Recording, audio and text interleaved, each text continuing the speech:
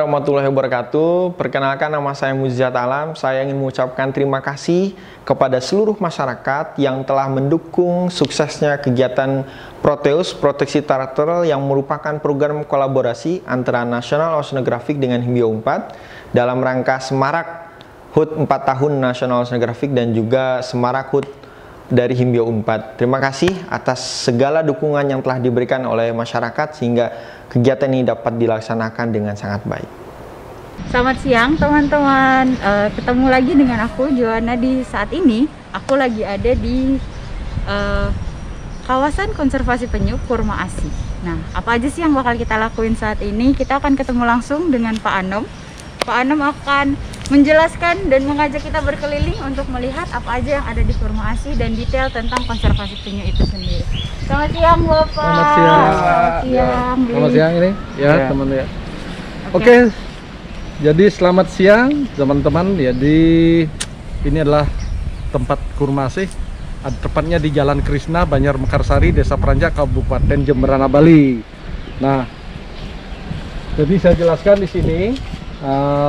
Di dunia itu ada 7 jenis penyu yang ada di dunia, jadi diperdagangkan. Dan cuma satu yang tidak ada di Indonesia, ini jenis penyu camping. Ini khusus ada di Meksiko. Ya. Ada, saya juga belum pernah ke sana. Ya. Jadi yang ada di Prancak itu adalah penyu sisik, belimbing, dan penyu lekang. Tapi ini hanya numpang lewat saja, penyu hijau. Justru yang diburu dulu oleh kelompok sebelum jadi pelestari ini penyu hijau ya. Adapun musimnya, kalau penyu sisik itu musimnya dari Januari sampai Maret ya. Kalau ini musimnya Oktober sampai Desember, hanya 3 bulan yang dua ini. Kalau ini sampai 5 bulan. Ini penyu lekang ini paling banyak. Nah, jadi tiap malam kita berpatroli melihat penyu atau induk penyu yang menaruh telur setiap malam. Nanti setelah kita temukan, telurnya dipindahkan dibawa ke dalam. Nah, nanti kita atau kami bisa ajak keliling ya, Pak, keliling ya. Nah, di mana sih di relokasi tempat telurnya? Oke. Ayo kita ke sana. Selanjutnya kita ke tempat relokasi penyunya. Nah, tadi kan kita sudah bicara tentang ada berapa jenis penyu di dunia dan ada berapa jenis yang ada di Prancak, di Pantai Prancak ya. Nah, setelah penyu naik bertelur, dan kita pindahkan ke sini. Jadi direlokasinya di sini. Yang seperti saya bilang di awal, cara memindahkannya, cara membawanya, terus menguburnya di sini, diameter sarang dan kedalamannya harus sesuai dengan asli. Nah, disinilah tempatnya. Nah, ini seperti ini contoh, makanya setiap sarang nanti dikasih papan ini. Jadi nomor sarang, terus apa ini lagi? Asal telur maksudnya telur itu ditemukan di pantai mana? Itu. Nanti ini kebetulan PRC ini Prancak. Jenis penyunya LKG ini lekang. Ini jumlah telur ada 100. Terus diameternya 4,0 cm. Diukur semua. Nah, di adopter. Nah, ini adopter ini. Karena kita di sini kan tidak memberlakukan kontribusi wajib. Nah, hanya donasi saja. Nah, barang siapa yang berminat peduli terhadap pelestarian penyu, dia boleh menjadi bapak angkat. Oh, bapak angkat untuk penyu-penyunya. Nah, untuk penyu-penyunya. Tapi dengan catatan, begitu akan menetas, tukenya nggak boleh dibawa pulang, tapi dilepas liarkan di sini. Nah, caranya bagaimana? Ya kita harus meminta alamat si adopter itu. Nanti begitu menetas, kita akan menginformasikan Bapak atau Ibu, sarang yang ada adopsi sudah menetas. Ya, Ibu boleh datang setelah 10 hari maksimal setelah menetas. Kalau tidak akan saya lepas sendiri. Nanti makanya video, dokumen segalanya kita kirim ke lewat email mereka, siapapun media yang bisa kita gunakan. Nah, di samping itu kita berikan sertifikat berupa mengucapkan terima kasih bahwa mereka sudah mensupport konservasi. Begitu. Nah, lama inkubasi di sini, ini tanggal relokasinya kan 17 bulan Mei. Nah, perkiraan menetas itu tanggal 8 bulan 7. Berarti dari 17 Mei sampai 8 Juli ini yang waktu normal 50 hari. Tapi maksimal hanya 60 hari. Batas maksimal kita tentukan toh juga tidak naik, tidak tidak Keluar pecah selangnya atau tukiknya tidak naik ke permukaan, kita harus gali. Kemungkinan itu ada dua, tukiknya sudah menetas tapi nggak bisa keluar, berarti karena saking padat ininya, karena diguyur hujan pasir dia padat, dia nggak kuat bisa naik. Atau menetas karena banyak akar, dia nggak bisa keluar. Dan yang terakhir yang paling tragis ya, sarang telurnya memang gagal. Tapi pengalaman sudah 24 tahun ini yang apa namanya, yang menetas itu bagus, 94 sampai 98%. Gitu. Tinggi ya. Kalau yang tidak menetas itu paling hanya ini, karena kuning telurnya enggak ada. Oh gitu, jadi memang dari isinya Ya, udah begitu. katakanlah nggak sempurna gitu. Lalu Tadi ya, ini gimana? ada fungsinya nggak sih Pak, kenapa diginiin Kak? Nah ini Tutup-tutupin ini. sekali lagi saya harus tunduk terhadap para ahli seni Ya. ya, karena mereka secara ilmi apa ya, keilmuan ya, ada guru saya yang dari Queensland yang namanya Dr. Colin Limpus, mereka sudah keliling dunia dan dia sudah bertahun-tahun, puluhan tahun belajar tentang ini. Ya. Ini kenapa dikasih gini? Ini untuk mengimbangin. Sekarang kan climate change, pemanasan global. Gitu. Ada ilmuwan mengkhawatirkan karena pemanasan global ini akan mempengaruhi betina atau pejantannya. Karena kalau udah suhu semakin panas di pasir, kecenderungannya akan betina. Oh gitu. Ya, makanya penyu akan mengalami krisis pejantan. Oh. Begitu. Nah, Mbak Juana. Ya. Makanya ini untuk menyeimbangkan itu. Kalau ini kan ini adem nih. Ya. Ini khusus bikin yang pejantannya. Oke. Kalau yang sebelah sana yang terbuka itu Untuk betina-betinanya ya.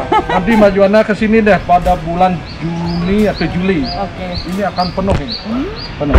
Tahun ini kita punya sarang 375 sarang. Wow, itu bisa Pak ditampung di sini. Kita bongkar pasang. Oh, bongkar pasang. Karena kan penyu yang bulan ketemu bulan April kan otomatis Juli dan ini. Oh iya benar, karena ada jeda-jeda. Ya, jeda-jeda. Ya, bisa. Jadi bisa kita gali dengan catatan kita harus ambil hasil yang bagus. Begitu. Ya. Dan siapa saja yang seperti saya bilang ini bisa perorangan, dia menjadi adopter, dia bisa bergrup. Kalau sekolah dia pakai nama sekolah. Kalau dia perusahaan dia pakai nama perusahaan.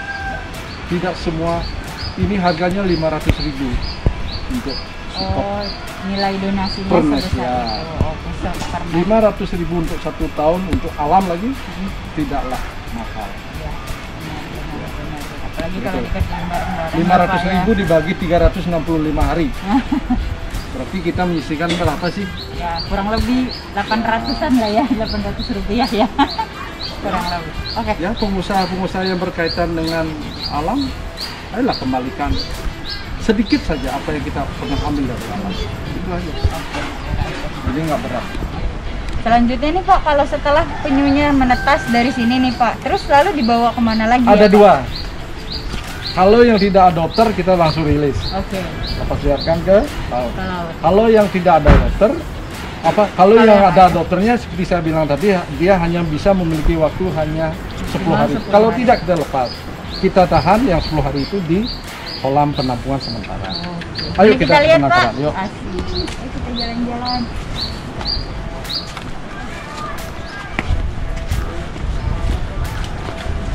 Ya ini tukik-tukik yang namanya penyu lekang. Ya, penyu lekang semua. Semua tukik itu warnanya akan hitam ya Pak? Dari semua jenis atau gimana? Nanti kalau sudah besar dia kayak apa ya? Kayak abu-abu. Makanya dia bilangnya kan sisik semu. Penyu lekang itu punya nama lain, sisik semunya. Ini yang lincah, Pak. Ini bisa. Itu yang udah mulai lincah-lincah bergerak. Nah ini nanti dilepas 5 ekor.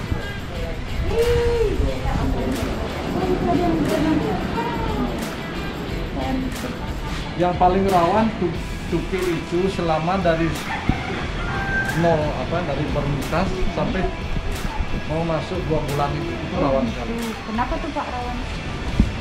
Penyakitnya. Oh gitu, gampang kena. Gampang, Virus kayak jamuran, ya. dia ada kanibal. Nah, dia akan bikin, tapi tidak semua menggigit temannya. Ada yang memang suka begitu. Dia kanibal, suka menggigit temannya. Tapi itu kalau memang nggak dipenuhi makannya ya. Iya, Pak, iya, ya, betul. muncul sifat itu ya. Ini bisa. Wow. Lalu setelah dari sini baru dipindahkan untuk dilepas ke laut ya. Iya. Jadi nanti kita ada kesempatan untuk lepas juga ya Pak ya, boleh ya? Iya, boleh. Kita akan. Makanya kalau ada pengunjung, siapapun ingin melakukan kegiatan untuk, karena kita kan wisatanya edukasi nih, Ya. edukasi tentang konservasi penyu. Nah, siapapun yang ingin datang ke Peranca atau ingin melepas tukik, ya datanglah bulan Mei, Juni, Juli, Agustus, September terakhir itu. Oke. Kalau Oktober sudah enggak. Oh, sudah nggak ada ya Pak ya. Oke. Apalagi nanti Desember, Januari, Februari itu nggak ada tukik sampai Maret, April. Karena nggak ada yang bertelur juga ya Pak ya. Iya. Kalau boleh tahu nih Pak, tukik-tukiknya ini dikasih makan apa ya Pak? Kan karena mereka kan katakanlah karena ini modifikasi ya Pak ya, bukan Iya. alaminya mereka. Itu biasanya mereka dikasih makan apa ya Pak? Nah, kalau sedikit saya ceritain, kalau yang baru menetas, di yok ini pusernya itu bawa kuning telur.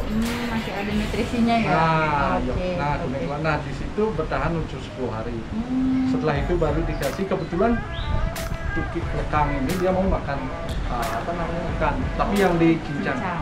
Oke. Oke. Ikan ya mau. Ikan dikasih pelet itu yang dipakai. Oh, makanan ikan bukan ya, tapi ikan segar yang udah dicincang-cincang gitu ya. Nah, kalau yang gede itu disesuaikan. Kalau yang gede nggak mungkin kita cincang, cukup potong-potong aja. Disesuaikan dengan Sesuaikan kemampuan dengan mulutnya kemampuan. juga ya. Berarti udah tinggal yang di sini tuh udah tinggal di kolam ini, di kolam itu sama yang besar itu satu ya Pak, yang nggak ada lagi ya. Ya. Karena kita bukan di sini bukan pembesaran ya, bukan pembesaran. Kita memang pure karena secara insting naluri kan ya baik itu tukik itu baru menetas hari itu. Semakin cepat dilepas itu semakin baik. Tapi ada aturannya loh lepas tukik, nggak Oh, iya. nggak asal anu aja. Oh iya, gimana? Pagi sama sore. Oh gitu, nggak bisa sembarangan. Nggak boleh sembarangan. Artinya aktivitas layar burung itu kan adanya pada siang-siang hari. Tukik di laut itu dia berenangnya nggak bisa sampai ke dalam. Paling banter hanya 1 meter dari atas permukaan. Dia lebih banyak di permukaan. Makanya ancaman Predatornya masih tinggi banget ya. karena dia lebih banyak waktunya ya. Mana kelihatan lagi warnanya hitam Iya. kan ya Pak ya. Jadi makin gampang untuk Apalagi burung-burung yang memang makan ikan itu. Ya, jangankan ikan kan cepet nih namanya, itu aja didapat, apalagi ini kan penyu itu kan jalannya lambat, pelan tapi pasti gitu. Pernah ngampuk paling ini paling betul-betul apa ya, kuat gitu. Ini lambat tapi dia nyampe gitu. Aku punya satu pertanyaan nih Pak, kalau misalnya dari masyarakat nih, nelayan atau teman-teman masyarakat umum menemukan penyu yang terluka katakanlah, atau kalau nelayan mereka nggak sengaja ke jaring ke apa namanya net ke ya alat pancing mereka katakanlah, terus penyunya terluka, apakah mereka juga lapor ke Bapak untuk diberikan tindakan atau gimana Pak? Gini, ada beberapa kasus gitu ya. Ada yang langsung dibawa ke sini atau kita dikontak. Nah ini yang menarik, ya, menarik buat kita, buat saya sendiri juga. Mestinya kan lapor ke petugas. Ya. Setiap ada apapun tentang masalah kasus penyu pasti kurmasi mencari. Dan begitu juga masyarakat di sini, jangan lo nanti dimarahin lo sama Pak Anom atau karena lo sama kurmasi. Padahal kan bukan saya kan, bukan kurmasi gitu. Yang takut itu kan sama undang-undang itu sih. Benar dong, aturan ya harusnya. Mestinya begitu. penanganannya begitu. Kalau itu serius, bahkan kita sampai kirim ke Denpasar, bawa ke ini. Khusus dia untuk kan boleh saya sebutkan nama universitasnya? Ada universitas salah satu di Bali yang namanya UNUD, itu mereka punya komunitas gitu. Itu disupport oleh kalau nggak salah WWF ya. Dan kebetulan dengan dokter hewan kita juga bermitra yang dengan jadi penanganan secara daruratnya ada. Tapi kalau parah nanti kita kirim ke Denpasar. Itu kita lakukan. Tapi kalau hanya luka-luka dikit kita yang bisa pakai antibiotik aja bisa. Tapi jangan sampai kita sudah diajarin. Udah ada pelatihan sebelumnya lah ya untuk emergensinya seperti apa. Tapi kalau yang parah, masyarakat kalau boleh saya bilang sih sudah peduliannya luar biasa. Malam-malam pernah kita diajak sama masyarakat di sini bahwa dia lapor ada penyu yang memang mati, bukan sakit, mati. Terdampar gitu ya. Di sungai dia, bukan di darat lagi. Kita kalau sudah dilapori sama masyarakat ya kita harus suka tidak suka bergerak. Iya. Karena begitu semangatnya masyarakat, kalau kita abaikan dia malah kendor. Jadi jangan sampai kita buat mereka malah jadi kayak ini lagi, ya apatis, cuek, gitu kan. Udah amat lah main buat kirim itu misalnya. Terus menjaga antusiasme. Iya, kita harus imbangin itu, bahwa kita nggak main-main. Tapi sekali lagi kami nggak punya dana untuk harus bayar mereka bayar. Ini hanya sebuah modal kepercayaan dan kerjasama kesukarela. Ya.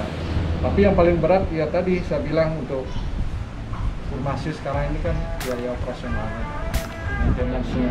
Apalagi nanti musim anu Mbak Joana, musim peneloran puncaknya, itu lebih parah lagi.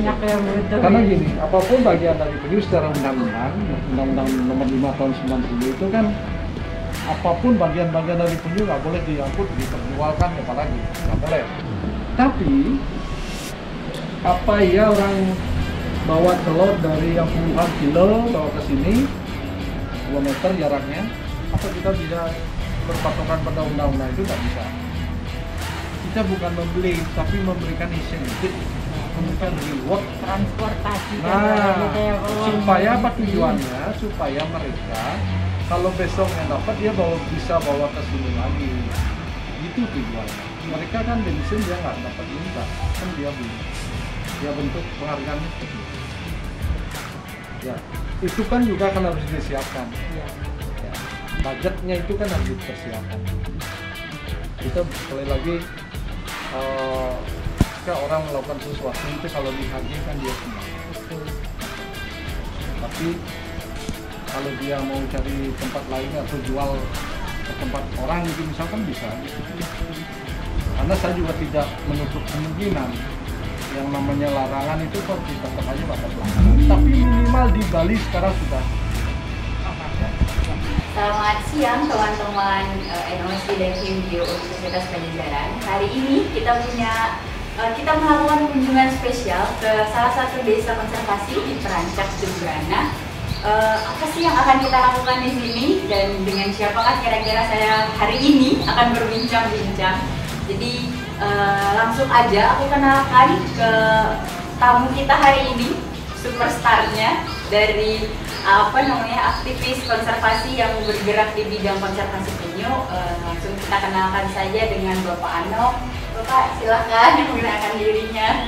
Sebelum saya memperkenalkan diri, terlebih dahulu saya ucapkan salam Om Swastiastu. Jadi salam konservasi. Nama saya Iwayan Anom Astika Jaya. Jadi lebih udah akrabnya dipanggil cukup Anom saja.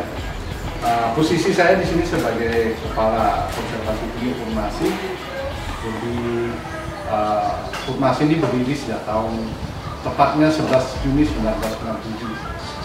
Jadi sudah memasuki umur perak ini 25 tahun untuk tahun 2022. Sebentar lagi kita tinggal di tahun. Jadi, begitu perkenalan secara singkat dari saya sendiri. Ini menarik sekali ya Bli, mendengar bahwa Kurma Asih ini udah berdiri hampir 25 tahun di tahun 2022 nanti ya. Dan aku yakin nih, aku aja juga penasaran nih, dan boleh mungkin dikasih tahu Bli, apa sih sebenarnya yang melatar belakangi kenapa dulu di tahun 97 itu ada inisiasi untuk mendirikan satu konservasi penyu ini? Baik, ceritanya dan sejarahnya cukup panjang. Karena perlu diketahui adalah masyarakat sejak dulu, masyarakat Pajak ini notabene adalah hampir 99% layak. Itu ya, waktu tahun 60-an itu. Nah, jadi semua bergantungan hidup itu dari sumber daya alam ya, dari laut. Jadi semua nelayan. Nah, waktu itu seingat saya, waktu itu saya masih, karena saya lahir pada tahun 65. Jadi memasuki tahun 70, jadi ingatan saya itu kan sudah mulai, walaupun masih kecil, masih anak-anak. Terus sekarang saya melihat langsung bahwa di Perancak itu selain dari nelayan yang tadi saya sebutkan itu, ada memang spesialis grup gitu atau kelompok yang memang spesialis mendukung. Ada 3 kelompok. Ada satu nama kelompoknya Ramayana, itu adalah yang dikomandai oleh bapak saya yang sekarang sudah almarhum, memang meninggal kemarin tanggal 3 Oktober tahun 2021. Nah, yang lain itu ada kelompok apa namanya Dewi Murni, yang satu Segara, kelompoknya. Nah, yang paling intens di antara 3 kelompok ini, yang paling eksis itu adalah kelompoknya bapak saya. Nah, bahkan dulu bapak itu memburu penyu dan dengan timnya sampai ke Pulau Jawa ini, Jawa Timur. Nah, yang sekarang kita kenal itu adalah Taman Nasional Alas Purwo. Nah, sampai di situ. Jadi yang penyu diburu itu kebetulan yang paling disukai oleh warga pada saat itu adalah penyu hijau. Di samping dagingnya juga katanya enak, dan pasarnya memang itu yang diminati, yaitu jenis penyu hijau. Nah, tidak hanya memburu penyu, tapi tahu sendiri lah orang dulu kan selalu menggantungkan hidup dari alam.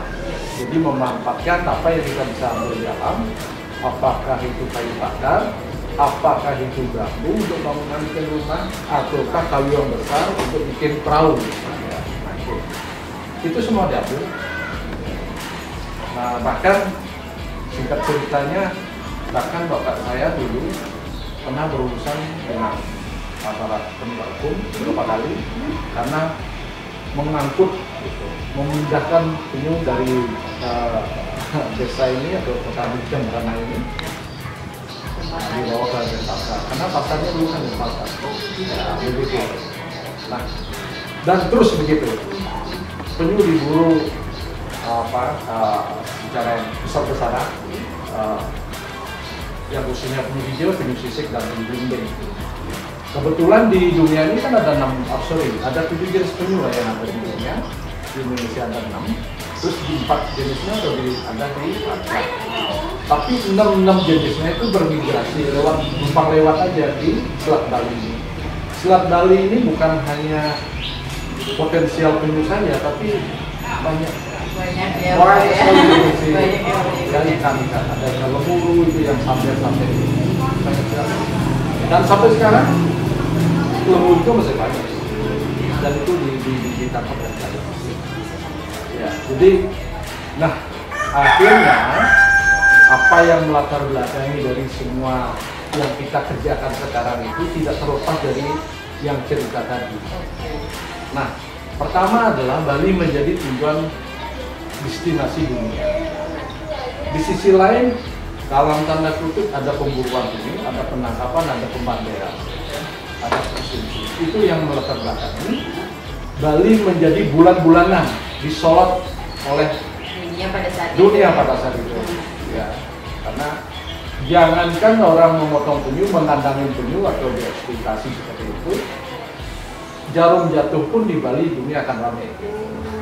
Ibaratnya seperti itu, karena mata dunia tuh tertuju kepada dan terpusat ke sini ya, gitu karena ya. di sisi lain memang Bali ini unik kan dengan istiadat budayanya, kesenian dan segala macam, dan pulaunya juga sangat indah gitu. Tapi di sisi lain, gitu, di sisi lain ini ada pembantian. Nah ini yang jadi masalah.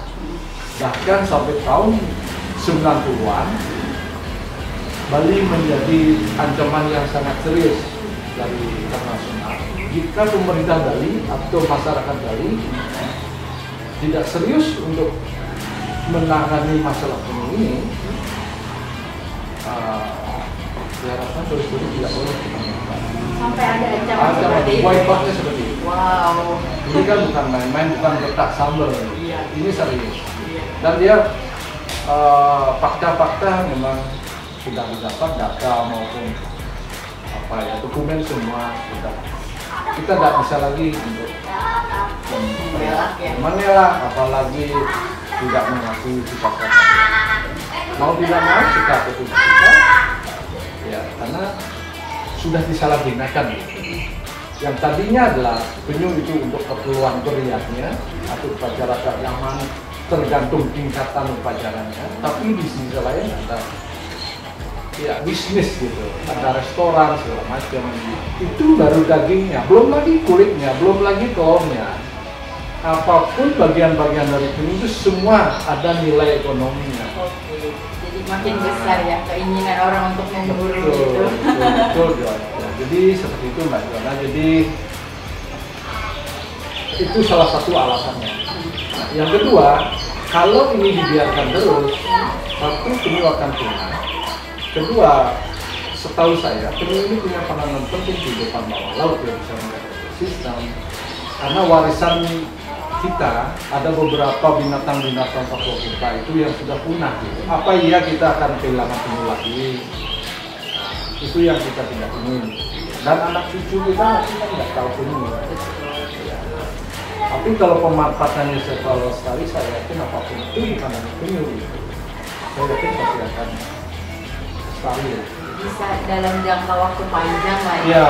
Lebih apa ya? Jadi nggak habis dalam waktu yang cukup singkat gitu. Karena kan di maintain juga ya, dijaga-jaga juga kan ya, dikonservasi atau dilestarikan.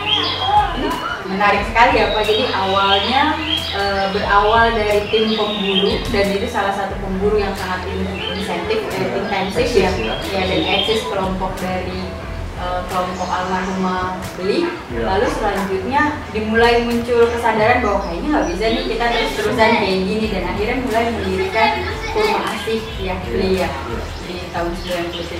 Nah kalau boleh tahu Beli, pada saat berubah ini kan perubahan yang cukup drastis ya, dari 180 derajat. betul, dari yang memburu lalu kemudian berubah menjadi pelestari. Pasti aku percaya banget ini pasti ada kecaman, ada ancaman, ada hambatan, ada wah pasti susah banget gitu kan. Gimana sih caranya Beli bisa sampai mungkin almarhum Bapak dan Beli yang saat ini masih bergerak ini bisa meyakinkan teman-teman untuk berubah dari seorang pemburu menjadi bergabung menjadi seorang pelestari? Benar apa kata Mbak Joana tadi, kelihatannya memang gampang, mudah gitu. Dari pemburu jadi pelestari itu kan 180 derajat berubah gitu. Kok bisa? Tidaklah semudah, seindah kita bayangkan. Perjuangannya berat. Ya, perjuangannya berat. Karena apa tadi? Orang memburu penyu menjual, memotong atau menjual kulitnya, dijadikan gelang, kalung dan seterusnya sebagai semua makan. Itu semua bisa menghasilkan uang. Ya. Itu berat. Gitu. Bagaimana kita bisa meyakinkan itu semua? Nah, caranya satu hanya bermodalkan tekad, semangat dan keyakinan bahwa Pak Tirte dan teman-teman dia ingin melepas itu yang tadi semua, tapi naluri dia seorang pemburu itu masih kebayang-bayang bahwa kalau udah lihat penyu itu yang besar pasti naluri pemburunya masih ada, itu nggak bisa dihilangkan, dan itu dia belum berproses. Nah, tapi yang berbekal 3 hal tadi, semangat, tekad, dan sebuah keyakinan bahwa yang pasti bisa, dia berusaha untuk dirinya sendiri dulu yang dirubah. Kalau dirinya sendiri saja tidak mampu untuk berubah jadi plus tadi, bagaimana meyakinkan orang lain? Itu yang paling dia berat melawan dirinya sendiri itu. Kalau persoalan yang lain itu kan hanya pengikut-pengikutnya saja. Nah, Astungkara kalau orang Bali bilang, dan kita bersyukur akhirnya terbentuklah kelompok Kurmasi itu yang bernama Kurmasi itu jadi tahun 97, jadi 11 Juni ya, 11 Juni 1997, yang mana kurma itu mengambil dari bahasa Sanskrit bahwa kurma itu adalah penyu, asih itu adalah sayang, jadi penyayang penyu. Jadi diberikan tahun itu, dan tidak terlepas dulu ada beberapa teman-teman NGO yang juga sebagai pendamping, karena untuk menyadarkan seseorang kan harus dibimbing. Ya, penyu ngerti jenisnya ini, tapi apa yang mesti dilakukan kan harus ada pendampingan. Ya, itu didampingi oleh teman-teman dari LSM, yaitu namanya WWF, ya, sampai tahun 2000, dari tahun 1997 sampai dengan tahun 2000, selama 3 tahun kita didampingi ya teknis.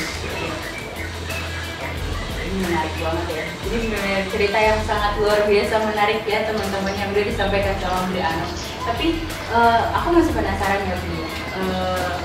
Apakah kegiatan katakanlah kampanye atau mengajak teman-teman yang tadi, apakah kegiatan pemburuan itu masih berjalan sampai saat ini? Setahu Bri? Sampai hari ini, ya kita bersyukur sampai hari ini. Bahkan kalau ada orang yang menemukan, jangankan penyu yang hidup, yang mati pun pasti lapornya ke kita, ke Kurmasi maksudnya. Kita itu adalah Kurmasi.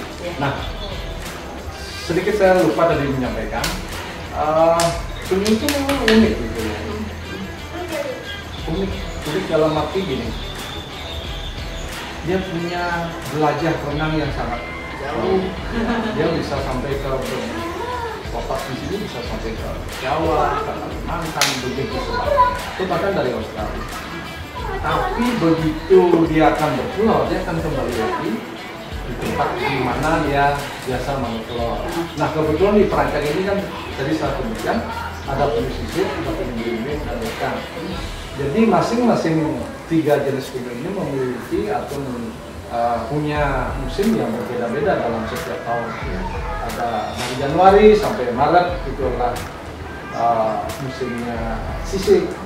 Ya, Oktober sampai Desember itu adalah belimbing. Tapi yang paling lama itu adalah April sampai Oktober itu adalah penyu lekang.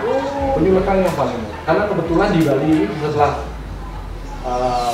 dilakukan beberapa kemudian datang, nah, kebetulan di Bali ya penyu lekang itu yang paling, termasuk di Kute yang sekarang ini ada di Bali Utara, di Penimbangan, terus ada di Sabung, yang banyak kan penyu lekang. Jadi seperti itu, dan kembali lagi kenapa seperti apa, tantangannya seperti apa gitu.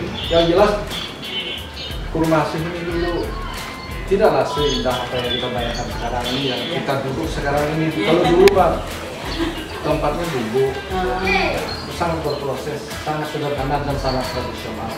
Kalau kita ganti air pun itu kita manggul air dari laut langsung ke kolam.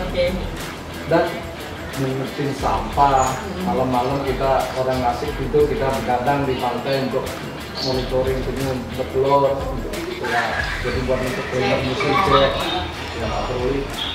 Ya kita bahkan dikatakan orang gila, karena itu tidak asli. Ya, karena apa?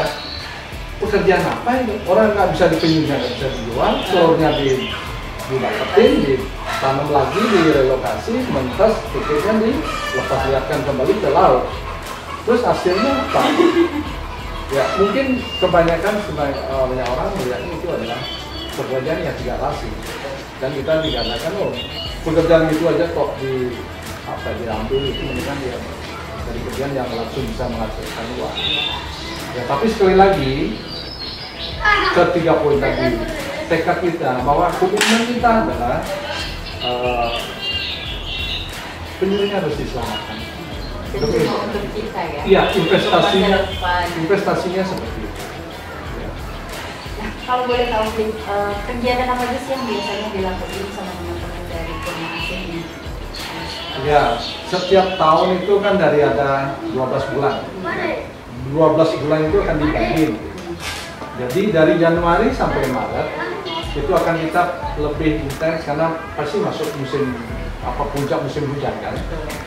Nah, itu kita lakukan penghijauan di pinggir pantai. Karena bicara tentang penyu tidak hanya melakukan penyu dan telurnya, tutupin yang lepas, tapi kita juga harus melakukan habitat nesting areanya. Harus kita tanamin pohon-pohon atau bibit-bibit pohon yang cocok untuk pinggir laut, malah ketapang, jamplung, terus ada lagi waru, pohon itu yang kita. Tapi kadang-kadang ya ambil abrasi juga. Terus tidak jarang juga karena ganasnya ombak, tahu sendiri pantai selatan Bali luar biasa. Dan tempat Kurma Asih ini tempat-tempat kita melakukan kegiatan itu 3 kali pindah, Mbak. Oh gitu. 3 kali pindah. Oke, awalnya gimana? Jauh di selatan. Bukan di sini. Kalau berarti? Malaysia. Ya, gitu. Oke. Itu tandanya bahwa keganasan dari Alamnya alam, itu ya, ombaknya ya. Kalau kita bicara abrasi nanti ceritanya tidak sampai 1 hari. Karena panjang, karena ya manusia juga, kita sebagai manusia juga pasti berkontribusi atas kerusakan alam. Itu udah pasti. Ya. Karena alih fungsi lahan, karena banyaknya aktivitas di pinggir pantai, rumah-rumah air mestinya di mana dia harus mengalir itu ditutup ya. Itu lain lagi ceritanya.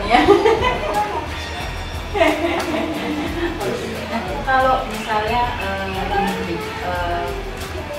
kalau misalnya kita boleh tahu nggak ya, berdasarkan pengalaman Lin ya yang udah mengikuti dari almarhum Bapak dari tahun 97 sampai saat ini atau mungkin dari sebelum-sebelumnya, ancaman apa sih yang paling besar sebenarnya untuk si penyunya ini sendiri kalau yang Lin lihat di area ini?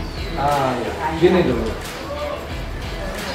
Kita mengawali tahun 97 kan, sebetulnya kita start mulai 96 sebetulnya, tapi dikukuhkannya kan tahun 97, bergerilya itu 96 sebetulnya, ya gerilyanya gitu, tapi waktu itu kan bentuknya belum terwujud organisasi apa sih nih gitu, kita masih sendiri-sendiri, ada ide, kita coba itu. Tantangan atau hambatan yang paling dirasakan itu adalah satu tadi, abrasi tadi, ya. Karena dulu tahun 97 itu, bahkan sampai tahun 2000 pantai laut kita masih kayak alami gitu, banyak tumbuh-tumbuhan yang hidup di pinggir pantai ya. Dan si penyu pun kalau menaruh telur biarkan aja secara alami dan itu. Nah begitu masuk tahun 2000 ada beberapa sarang kita hanyut gitu, yang alami nih ya, itu ada 15 sarang. Nah akhirnya saya berpikir gini, dengan teman-teman yang masih, wah kalau begini caranya kita nggak menyelamatkan ini, kita harus cari solusi. Bagaimana kalau kita relokasi, tapi kita harus menyediakan tempat, harus sesuai dengan aslinya.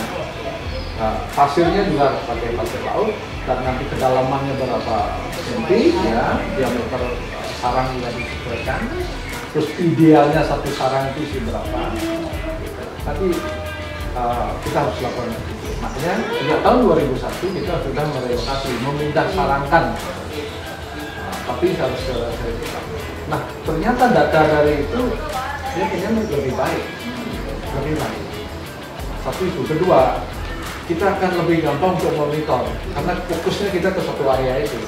Tapi yang kemarin-kemarin itu kan ada di sini, ada di sini. Ya itu seiring dengan perkembangan waktu, ya kan keterlibatan orang lebih banyak nih. Area kerja kita semakin lama karena panjang pantai Jembrana ini kurang lebih kan ada 35 kilo garis pantainya. Kan tidak mungkin kita kerjakan sendiri, makanya kita mensosialisasikan, mengkampanyekan itu, dan ada beberapa masing-masing desa itu yang dekat berdekatan dengan partai, mereka sudah menjadi relawan atau volunteer. Tapi dengan catatan kita harus mereka training dulu bagaimana cara memindahkan, setelah memindahkan bagaimana cara membawanya ke sini, terus perlakuan terhadap si penyunya tadi, bagaimana apa yang boleh dilakukan, apa yang tidak. Nah itu kita semua bersosialisasi dan itu berproses. Ya, itu. Kalau dulu kan tahun 97 kan hanya ya sebatas 4 kilo ini aja karena pantai Perancak, desa Perancak ini kan 4 kilo. Dan itu kita lakukan sendiri. Nah karena semakin banyak perlibatan orang, itu artinya bertanda bahwa orang mulai ikut peduli dengan apa yang kita lakukan.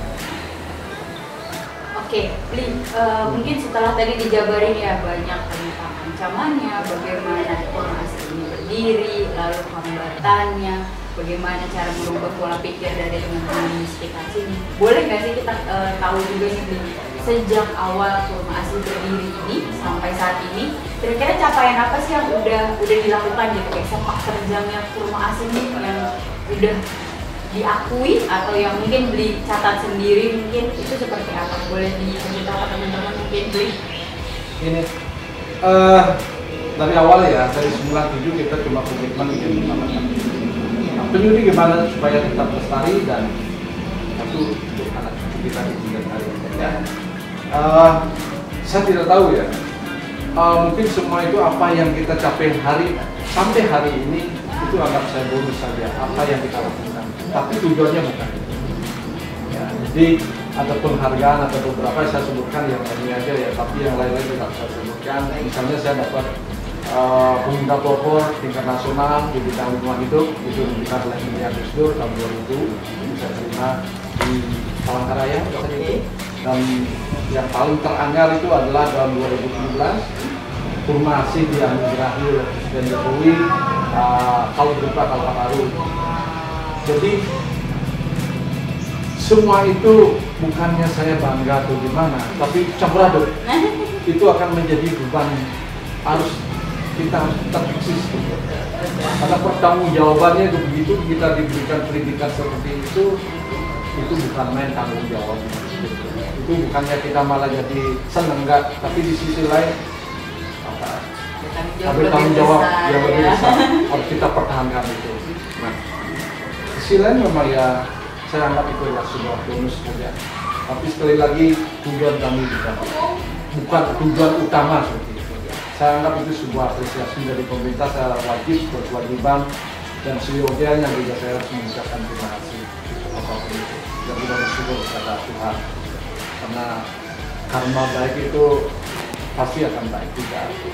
Nah, dari tahun 97 kita mampu menyelamatkan telur atau sarang itu. Dari 97 itu hanya 11 sarang loh. Tapi naik dari tahun ke tahun naik trennya. Itu menandakan bahwa satu keterlibatan orang banyak, semakin peduli dan penyu sudah merasa aman. Saya yakin penyu juga dia bisa pakai bahasa komunikasi dengan penyuannya. Ayo kamu naik Perancak, naik ke Perancak bisa, saya yakin itu. Ayo naik ke Perancak ini, kita nggak ada apa-apain kok, diamankan kok, pasti gitu. Dibantu juga kok ya. Ya, jadi data saya dari tahun 97 sampai 2021 ini, kita lepas penyu sekitar 500.000. Ya, 500.000 tukik. Berarti yang diselamatin telurnya direlokasi ke sini, ditetaskan dan dilepaskan. Ya, tapi kita jangan bangga dulu. Walaupun 500.000, tapi hasil penelitian para ahli penyu menunjukkan bahwa dari 1.000 tukik yang kita lepas liarkan kembali ke laut, hanya satu yang mampu bertahan dari yang bisa mampu survive sampai dewasa dan dia akan kembali lagi. Ya. Jadi tantangannya juga ada, prestasinya sudah ada, tapi yang tidak kalah penting adalah melestarikan penyu. Itu penting juga untuk merubah mindset kita terhadap alam. Terutama kalau kita bicara laut, penyu, ya saya mengajak kepada siapapun ayo kita jaga lautnya, karena laut adalah masa depan untuk kehidupan kita. Jangan buang sampah sembarangan. Utamanya adalah sampah plastik. Dan ada beberapa kasus memang dan mengalami naik trennya sekarang. Ini lagi tren di Bali. Yang saya tahu ada udah tempat lain pasti yakin juga sama mengalami hal yang serupa gitu. Cuma secara persentase kuantitas itu berbeda-beda. Tapi di Bali trennya naik. Penyu mati tanpa sebab. Begitu di nekropsi, di blank itu ada plastik juga. Bukan hanya bycatch, makan pancing atau kena jaring, tapi sekarang penyu dimati tanpa sebab ternyata makan plastik. Kita bisa bayangkan penyu mati itu pasti karena ulah kita. Karena laut tidak menghasilkan sampah plastik, itu aja. Semua itu berasal dari aktivitas kita yang membuat. Kita membuat karena segala produk makanan snack itu sekarang ada di laut semua. Pindah tempatnya, yang dari supermarketnya sekarang underwater yang beli ya. Nah, ini siapa yang harus kita. Dan saya percaya bahwa kalau kita bicara tentang pelestarian alam, kita nggak bisa diserahkan kepada klimatik. Ini adalah harus bahu-membahu, saling bergandengan tangan, semua stakeholder terlibat. Ya, politik-politiknya juga karena dia pemangku kepentingan, ya juga harus bergerak, gitu. Jangan dianggap sepele. Ya, karena kita sama-sama hidup di planet ini. Kalau bukan kita siapa lagi? Karena kita nggak punya option lain. Kalau ini hancur, kita nggak bisa kemana-mana. Lautnya, hutannya juga. Kalau itu sampai tidak ada, akan melalui kebijakan itu akan berpengaruh kepada kehidupan kita. Jadi kalau lautnya sehat, lingkungan sehat, terjaga lingkungannya, saya yakin kehidupan manusia juga baik. Nah, mungkin yang terakhir ini ya, mungkin bisa langsung disampaikan ke teman-teman ya. Kira-kira kalau misalnya Beli ada harapan apa sih untuk kedepannya, atau mungkin kalau teman-teman ada yang tertarik belajar mengenai konservasi penyu, apakah Kurma Asi membuka akses itu dan bagaimana cara untuk kontak langsungnya, mungkin gitu kali ya Beli bisa disampaikan. Oke, jadi teman-teman semua pecinta lingkungan, ya saya yakin juga semua ada niatan untuk mencintai lingkungan, cuman caranya mungkin tidak paham atau mungkin waktu. Tapi semua yakin, saya yakin semua orang, buktinya kalau orang liburan pasti mainnya ke alam. Seperti itu sudah menandakan cinta terhadap laut dan gunung. Nah, harapan saya ke depan, saya menyadari betul karena Kurma Asi ini sangatlah keterbatasan kemampuan dari sisi sumber daya manusia. Kurma Asi tahun 97 dengan begitu masuk tahun 2000-an itu kebutuhannya sudah sangatlah berbeda. Saya mengharapkan teman-teman siapapun yang punya keahlian atau punya kelebihan, saya ingin menjadi andai saya ingin mengabdi di Kurma Asi sebagai volunteer untuk membantu kegiatan ini. Ya, jadi itu yang pertama. Kedua, saya terima kasih kepada teman-teman penggiat lingkungan juga, karena di Bali maupun di Indonesia pada umumnya sudah banyak melakukan kegiatan-kegiatan yang sama dengan kita. Ayo kita jaga penyunya, ayo jaga lautnya, gitu.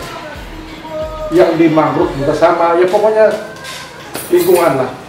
Udah semua sekarang menjadi tren untuk menjaga lingkungan itu. Nah, saya mengharapkan bekerjalah secara sukarela, jangan mengharapkan apa yang kita lakukan saja. Ya, saya juga tidak tahu. Yang penting kita bahagia, apa yang kita lakukan kita senang, ya. Niscayalah bahwa apa yang kita lakukan itu pasti akan berbuah. Ini kita bukan kita bukan sesuatu yang kayak makan sambal. Kita tanam sekarang, kita nikmati. Tapi ini adalah investasi masa depan untuk anak cucu kita. Jadi anak cucu kita harus bisa melihat alam ini seindah apa yang dia bayangkan. Ya. Jadi teknologi boleh ada, tapi alam itu jangan sampai dirusak. Harus kita tetap jaga. Kalau bukan kita siapa lagi? Ya. Itu aja sih pesan saya. Dan saya harapkan yang penting adalah goalnya nanti Kurma Asi, urusan dengan konservasi penyu kita sudah selesai. Tapi yang kepingin ke saya ke depan adalah perancang ini adalah menjadi tujuan ekoturism. Nah, tujuan ekoturism itu konservasi harus memberdayakan secara ekonomi. Selama konservasi itu tidak berdampak terhadap ekonomi, kita tidak bisa ngomong konservasi. Karena ujung-ujungnya nanti di situ. Jadi jangan dijadikan konservasi sebagai mencari uang, bukan. Tapi konservasi itulah yang dijadikan bagaimana orang bisa datang tanpa harus merusak alam itu. Ya, pilihannya adalah ekoturisme. Jadi ekoturisme itu harus direncanakan, dibuat, dan dinikmati oleh masyarakat, dan pemiliknya adalah masyarakat. Ya, bikin homestay, bikin souvenir, ya, merchandise segala macam, ya, atau mungkin nanti bikin masakan kulinernya. Nah, itu juga menjadi ekonomi, karena semakin banyak orang berkunjung ke Peranca, ya akan semakin banyak pula perputaran uang akan terjadi. Otomatis ekonomi akan terangkat. Jadi pariwisata itu sebagai alternatif saja tingkat income, tapi bukan tujuannya. Kalaupun aja berkunjung, nanti pariwisata adalah salah satu bonusnya. Jadi yang Peranca ini adalah sebagai tempat memang layak. Ya, cocoknya memang harus wisata alam, wisata bahari. Ya, jadi jangan dijadikan kayak mass tourism. Kita ekoturism aja, pilihannya seperti itu. Ya. Begitu kira-kira yang bisa saya sampaikan. Jadi mudah-mudahan apa yang kita bicarakan hari ini dengan Mbak Joanna itu bermanfaat. Kami dan saya sendiri tidak mau untuk menggurui, tapi saya ingin mengajak atau ingin berbagi saja pengalaman. Karena setiap daerah itu punya permasalahan yang berbeda dan pendekatannya juga beda-beda. Gitu. Jadi minimal yang punya tekad dan semangat, jangan pantang menyerah, gitu saja. Karena apalagi 2 tahun kita masa pandemi ini sangat sulit, tapi semangatnya jangan sampai hilang. Oke, saya akhiri dengan Paramo Santi, Om Santi Santi Santi Om. Oke, jadi teman-teman, ini diskusi yang udah kita diskusikan langsung dengan Pak Anom, Bli Anom hari ini itu sangat luar biasa ya, banyak sekali informasi yang akhirnya kita dapatkan mengenai konservasi penyu, bagaimana awal mulanya formasi ini bisa berdiri, dan yang menariknya lagi adalah latar belakang bahwa kesadaran dari teman-teman pemburu ini yang akhirnya merubah mindset mereka dari seorang pemburu menjadi seorang pelestari, yang kebetulan itu masih berjalan hingga saat ini. Teman-teman, kalau misalnya nanti ke depannya teman-teman masih penasaran dan pengen tahu lebih banyak, mungkin teman-teman bisa kontak langsung ke National Oceanographic atau bisa kontak langsung sendiri ke saya di Joanna. Nanti akan ada detail informasinya atau akun-akun yang bisa dihubungi. Dan sekian percakapan kita hari ini. Semoga kita bisa punya kesempatan untuk bertemu di sesi selanjutnya dengan tamu yang luar biasa lainnya, dengan percakapan yang juga lebih menarik dari hari ini mungkin, dan dengan pembahasan yang jauh berbeda. Mungkin kita punya kesempatan untuk mengunjungi tempat-tempat lain di bidang-bidang yang lain juga. Sekian dari Joanna, sampai ketemu lagi di sesi selanjutnya. Bye-bye.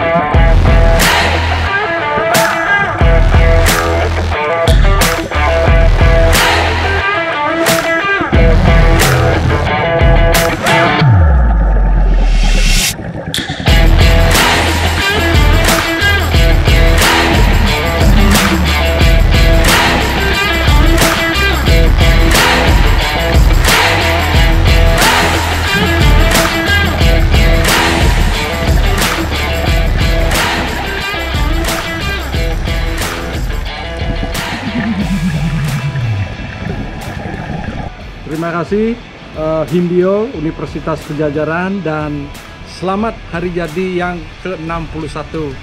Selamat ya. Selamat hari jadi ke-61 bagi Himbio Universitas Padjadjaran dan happy anniversary keempat bagi National Oceanographic. Happy anniversary untuk National Oceanographic yang keempat, National Oceanographic for Better Ocean. Thank you. National Oceanographic for Better Ocean. Selamat hari jadi National Oceanographic yang keempat tahun.